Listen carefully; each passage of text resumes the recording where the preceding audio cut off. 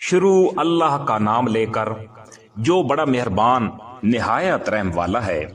اور یہ بنی اسرائیل ان منتروں کے پیچھے لگ گئے جو سلیمان علیہ السلام کی سلطنت کے زمانے میں شیاطین پڑا کرتے تھے، اور سلیمان علیہ السلام نے کوئی کفر نہیں کیا تھا، البتہ شیاطین لوگوں کو جادو کی تعلیم دے کر کفر کا ارتکاب کرتے تھے۔ نیز یہ بنی اسرائیل اس چیز کے پیچھے لگ گئے جو شہر بابل میں ہاروت اور ماروت نامی دو فرشتوں پر نازل کی گئی تھی۔ یہ دو فرشتے کسی کو اس وقت تک کوئی تعلیم نہیں دیتے تھے جب تک ان سے یہ نہ کہہ دیں کہ ہم محض آزمائش کے لیے بھیجے گئے ہیں، لہذا تم جادو کے پیچھے لگ کر کفر اختیار نہ کرنا۔ پھر یہ لوگ ان سے وہ چیزیں سیکھتے تھے جن کے ذریعے مرد اور اس کی بیوی میں جدائی پیدا کر دیں۔ ویسے یہ واضح رہے کہ وہ اس کے ذریعے کسی کو اللہ کی مرضی کے بغیر کوئی نقصان نہیں پہنچا سکتے تھے،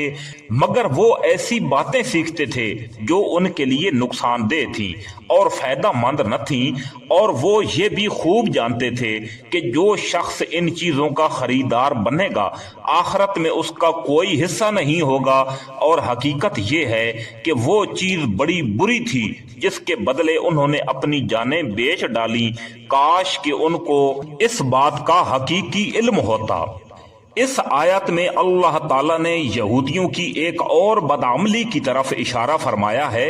اور وہ یہ کہ جادو ٹونے کے پیچھے لگنا ناجائز تھا، بالخصوص اگر جادو میں شرکیہ کلمات منتر کے طور پر پڑھے جائیں تو ایسا جادو کفر کے مترادف ہے۔ حضرت سلیمان علیہ السلام کے زمانے میں کچھ شیاطین نے، جن میں انسان اور جنات دونوں شامل ہو سکتے ہیں، بعض یہودیوں کو یہ پٹی پڑھائی کہ حضرت سلیمان علیہ السلام کی سلطنت کا سارا دار و مدار جادو پر مضمر ہے، اور اگر جادو سیکھ لو گے تو تمہیں بھی حیرت انگیز اقتدار نصیب ہوگا۔ چنانچہ یہ لوگ جادو سیکھنے اور اس پر عمل کرنے کے پیچھے لگ گئے، حالانکہ جادو پر عمل کرنا نہ صرف ناجائز تھا بلکہ اس کی بعض قسمیں کفر تک پہنچتی ہیں۔ بابل عراق کا مشہور شہر تھا، اس زمانے میں وہاں جادو کا بڑا چرچا ہو گیا تھا، اور یہودی بھی اس ناجائز کام میں بری طرح ملوث ہو گئے تھے۔ انبیاء کرام اور دوسرے نیک لوگ انہیں جادو سے منع کرتے تھے،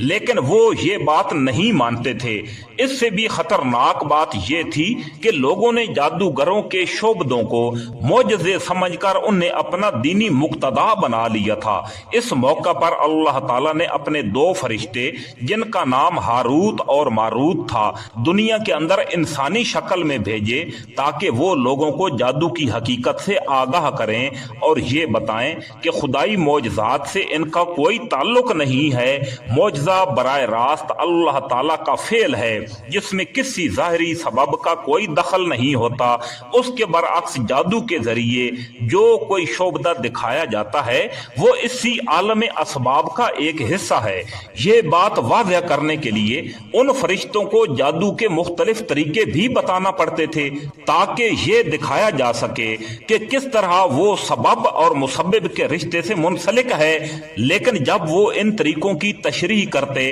تو ساتھ ساتھ لوگوں کو متنبہ بھی کر دیتے تھے کہ یاد رکھو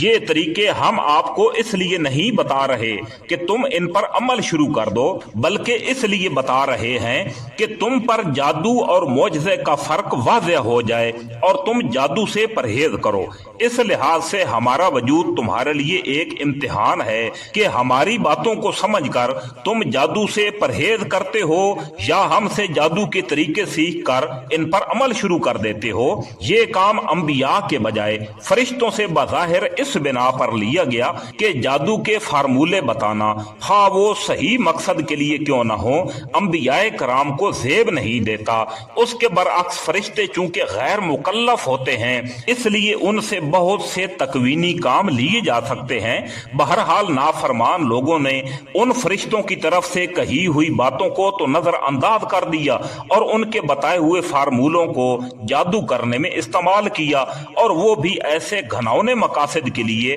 جو ویسے بھی حرام تھے، مثلا میاں بیوی میں پھوٹ ڈال کر نوبت طلاق تک پہنچا دینا۔ اس وقت کے جادو پر ایمان رکھنے والے لوگ یہ سمجھتے تھے کہ جادو میں بذات خود ایسی تاثیر موجود ہے جس سے مطلوبہ نتیجہ خود بخود اللہ کے حکم کے بغیر بھی برآمد ہو سکتا ہے۔ معاذ اللہ، گویا اللہ چاہے یا نہ چاہے وہ نتیجہ پیدا ہو کر رہے گا۔ یہ عقیدہ بذات خود کفر تھا، اس لیے واضح کر دیا گیا کہ دنیا کے دوسرے اسباب کی طرح جادو بھی محض ایک سبب ہے، اور دنیا میں کوئی سبب بھی اپنا سبب یا نتیجہ اس وقت تک ظاہر نہیں کر سکتا جب تک اللہ کی مرضی اس کے ساتھ شامل نہ ہو۔ کائنات کی کسی چیز میں بذات خود نہ کسی کو نقصان پہنچانے کی طاقت ہے نہ ہی فائدہ پہنچانے کی طاقت، لہذا اگر کوئی ظالم کسی پر ظلم کرنا چاہتا ہے تو وہ اللہ کی قدرت اور مشیت کے بغیر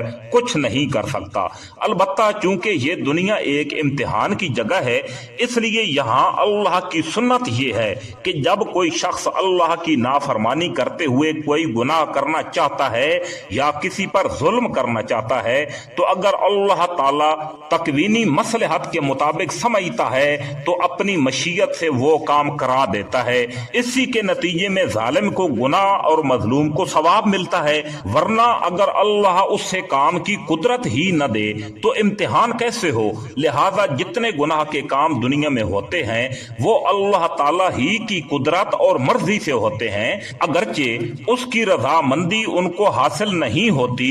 اور اللہ تعالی کی مشیت اور اس کی رضامندی میں فرق یہی ہے کہ مشیت اچھے برے ہر کام سے متعلق ہو سکتی ہے، مگر رضامندی صرف جائز اور ثواب کے کاموں سے مخصوص ہے۔ اللہ تعالی ہمیں نیک اعمال کرنے کی توفیق بخشے اور برے اعمال سے بچنے کی توفیق نصیب فرمائے، آمین ثم آمین۔